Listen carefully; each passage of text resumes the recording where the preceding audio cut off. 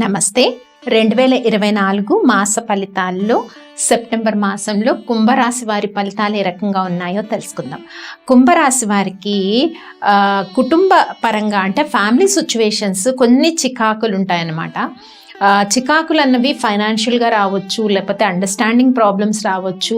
కుటుంబ వాతావరణం కొద్దిగా చికాకుగా ఉండే సిచ్యువేషన్స్ ఈ సెప్టెంబర్ మాసంలో కూడా కనిపిస్తూ ఉన్నాయి. ముఖ్యంగా పనుల్లో జాప్యము, ఆలోచనల్లో కొంత ఆధ్యాత్మికత ఉన్నా కూడా పనులు స్ట్రైక్ అవ్వదన్నమాట. మైండ్లో ఒక వర్క్ చేయాలని అనుకుంటారు, లేకపోతే ఒక ప్రాజెక్ట్ స్టార్ట్ చేయాలనుకుంటారు.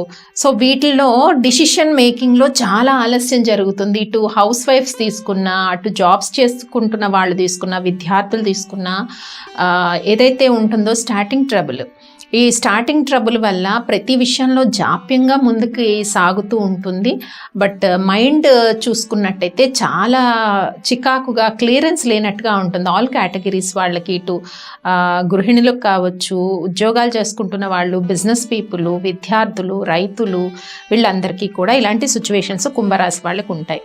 అయితే ఈ చికాకు వల్ల సరిగా కొన్ని విషయాలు స్ట్రైక్ అవ్వకపోవడము, ఇంటెన్షన్లీ ఎవరిని ఇబ్బంది పెట్టాలనే ఉద్దేశం లేకపోయినా కూడా కొన్ని అంటే ఫ్రెండ్స్ కానీ, లేకపోతే బంధువులతో కానీ, అన్నదమ్ములు అక్క చెల్లెలతో కానీ, లేకపోతే వైఫ్ అండ్ హస్బెండ్ ఇద్దరిలో ఎవరైనా కానీ, అంటే మనసులో ఉండే భావాలు కన్వేయింగ్లో కొద్దిగా స్ట్రైక్ అవ్వవు. ఇవి మనం కన్వే చేయాలి, క్లారిటీ ఇవ్వాలనే విషయాలు స్ట్రైక్ అవ్వకపోవడం వల్ల ఏమవుతుందంటే ఎదుటివారు గుడ్విల్, అంటే వీళ్ళ గుడ్విల్, కుంభరాశి వారి గుడ్విల్ ఎదుటి వాళ్ళ దగ్గర తగ్గే అవకాశం ఉంటుందన్నమాట.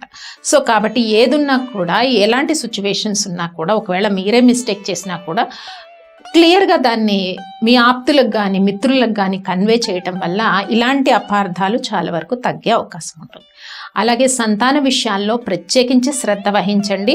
వాళ్ళ స్టడీస్ అంటే ప్రైమరీ ఎడ్యుకేషన్ కానీ, లేకపోతే ఎదిగిన పిల్లలు ఉన్నా కానీ, వివాహానికి ఉన్న పిల్లలు కానీ, ఇలా సంతాన విషయాల్లో కొద్దిగా మళ్ళీ ఇదే కమ్యూనికేషన్ గ్యాప్ కాకుండా వాళ్ళతో ఓపెన్గా మనసు విప్పి మాట్లాడడం వల్ల చాలా సమస్యలు కుంభరాశి వారికి చుట్టూ ఉండే ఇబ్బందులు తొలగే అవకాశం ఉంటుంది. ఇంకా బిజినెస్ గెయిన్స్ తీసుకున్నట్టయితే సెప్టెంబర్ 4 వారాలు కూడా అనుకూలంగా ఉందని చెప్పొచ్చు. అంటే స్పెక్యులేషన్ వ్యాపారం కానీ, నూతన వ్యాపార ప్రయత్నాలు కానీ, ఆల్రెడీ బిజినెస్లో ఉన్నవాళ్ళు, పార్ట్నర్షిప్లో నడుస్తున్న సంస్థలు ఏవైతే ఉంటాయో వాళ్ళందరికీ కూడా ట్రాన్సాక్షన్స్ పాజిటివ్గానే 4 వీక్స్లో కనబడుతున్నాయి.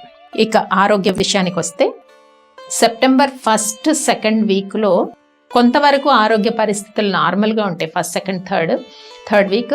ఇంకా 4th వీక్ నుంచి కొద్దిగా అనారోగ్య సమస్యలు ఎక్కువయ్యే సిచ్యువేషన్ ఉండాలంటే సడన్ ఇల్నెస్ కానీ, బాడీలో ఏదో ఒక అనీజీనెస్ కానీ, ఇదే communication gap with all your friends and relatives, family మెంబర్స్తో ఈ కమ్యూనికేషన్ గ్యాప్ వల్ల మనసుకు భారంగా అనిపించిన ఏ విషయాన్ని కూడా మీలో మీరు సఫరింగ్ లేకుండా ఎవరికి కన్వే చేయాలనుకుంటున్నారో వాళ్ళకి చక్కగా కన్వే చేసేస్తే హెల్త్ ప్రాబ్లమ్స్ అన్నవి 4 వీక్స్లో కూడా, మీకు 1st వీక్ అంటే 1st సెప్టెంబర్ to 8th వరకు 1st వీక్ ఉంటుంది, 8th to 16 2nd week, 16 to 22 3rd week, 22 to 29 4th week.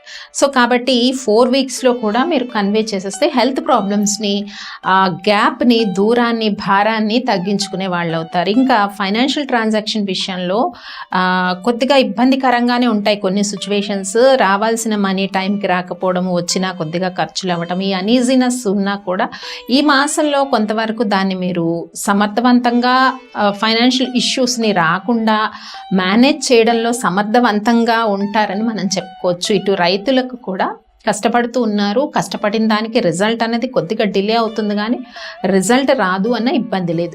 ఇక ప్రేమ విషయాల్లో, అంటే ప్రేమికులకు కానీ ప్రేమ విషయాల్లో ఎలా ఉంటుంది సిచ్యువేషన్స్ అంటే కొంతవరకు ఇదే ప్రాబ్లమ్.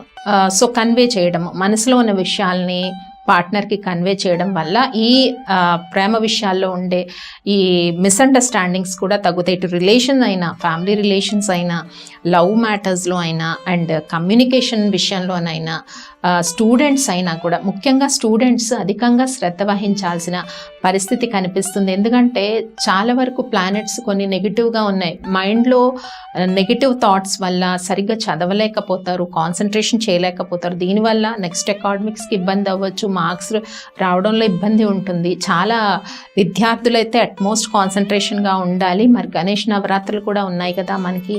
ఈ మాసంలో 7th వినాయక చవితి వస్తుంది, గణేష్ నవరాత్రులు ఉన్నాయి. కాబట్టి విద్యార్థులందరూ కూడా గణేష్ నవరాత్రులలో పాల్గొని చక్కగా స్వామికి కొబ్బరి నూనెతో దీపం పెట్టి బెల్లం ముక్క నైవేద్యం పెట్టండి, 11 గుంజీలు తీయండి. డెఫినెట్గా కాన్సన్ట్రేషన్ లెవెల్స్ అనేవి మీకు చాలా వరకు ఇంప్రూవ్ అవుతాయి.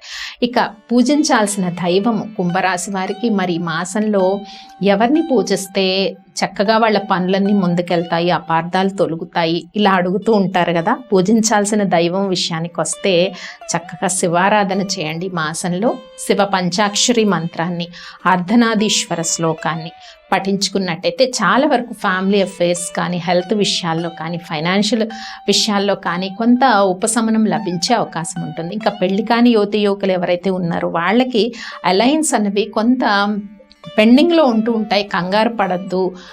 జ్యోతిష పరంగా కొన్ని పరిష్కారాలు, పర్సనల్ జాతక పరంగా పరిష్కారాలు చేసినట్టయితే ముందుకి సాగే అవకాశం కూడా ఉంటుందన్నమాట.